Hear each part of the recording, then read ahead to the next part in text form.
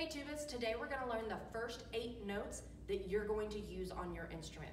So I've already drawn my staff up here with the 5 lines and 4 spaces, and I already have my sad face bass clef over here. So this note right here is what? It's F. Okay, now tuba plays super low. So before we even get started, I have to get down and help you guys figure out what this note is down here, okay?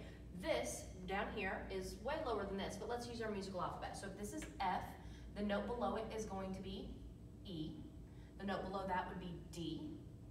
Then let's keep going backwards in the musical alphabet, C, then B, then A, then on this bottom line would be G, and then right below the staff, this note right here is going to be another F.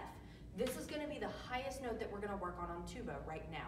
Okay, and then the rest of the notes that we're going to learn are going to be actually lower than this. So what I'm going to do, since our staff is up here, obviously we can't just add notes randomly because you would have no idea what those notes are.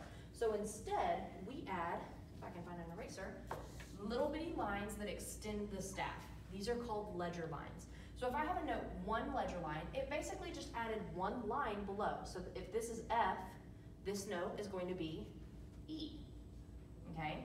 So now I'm going to put that ledger line again, and I'm going to put a note below that ledger line. That note is going to be D, okay? And then I'm going to keep going, add 2 ledger lines. You can add lots and lots of ledger lines.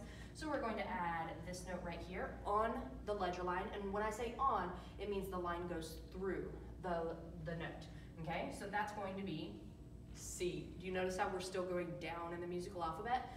Or backwards in the musical alphabet because we're going down on the staff. So here, let's draw our 2 ledger lines again. Draw a note underneath the ledger line. Can you guess what the next note's gonna be? We're going backwards, so it will be B, okay?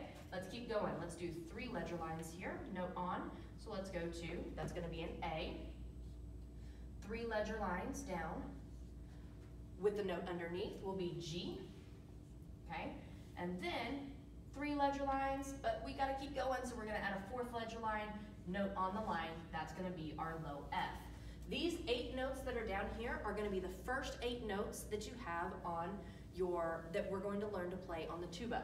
Go ahead and take out your first 8 notes page that you should have in your binder, and I want you to copy in these notes. If it's backward, just make sure that if a note is right underneath the staff, it says F.